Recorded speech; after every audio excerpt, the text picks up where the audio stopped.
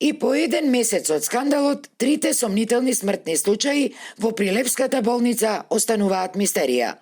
Целата прибрана доказна документација по откривањето на интрахоспиталната инфекција во Прилепската општа болница пред точно еден месец и изразените сомневања за 3 смртни случаи кои се случиле во тој период се наоѓа во Вишото обвинителство во Битола и ние се уште не знаеме што содржи таа. Очекуваме за скоро време повторно да ни биде вратена назад, ни изјавија за Алфа од основното јавно обвинителство во Прилеп.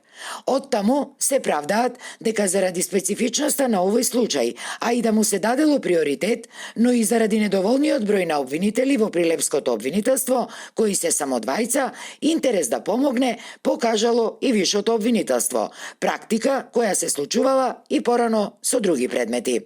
Во Прилепското обвинителство се уште немаат информација и дали се стигнати резултатите од обдукцијата за починатата 52 годишна прилепчанка, за која постоеа сомневања дека починала од сепса после рутинска гинеколошка интервенција киретажа. Штом ќе ни бидат вратени документите, ќе знаеме точно во која насока ќе се движи постапката, ни беше речено од основното јавно обвинителство Прилеп.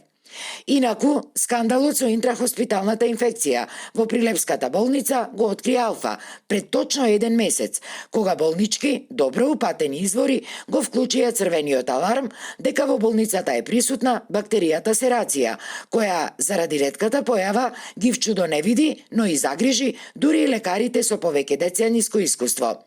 Под притисок на јавноста, Државниот санитарен и здравствен инспекторат веднаш направи вонредни контроли и го потврди присуството на бактеријата серација, како и на бактеријата Staphylococcus epidermidis.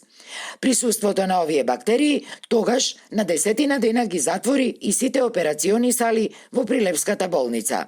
Дел од лекарската фела во болницата тогаш предупредија дека интрахоспиталната инфекција најверојатно била предизвикана од нехигиенски услови или заради нередовна и нестручна стерилизација, но и дека затворањето на операционите сали било направено со задоцнување, што според нив резултирало и со неколку сомнителни смртни случаи, а за кои ОЈО допрва треба да утврдува.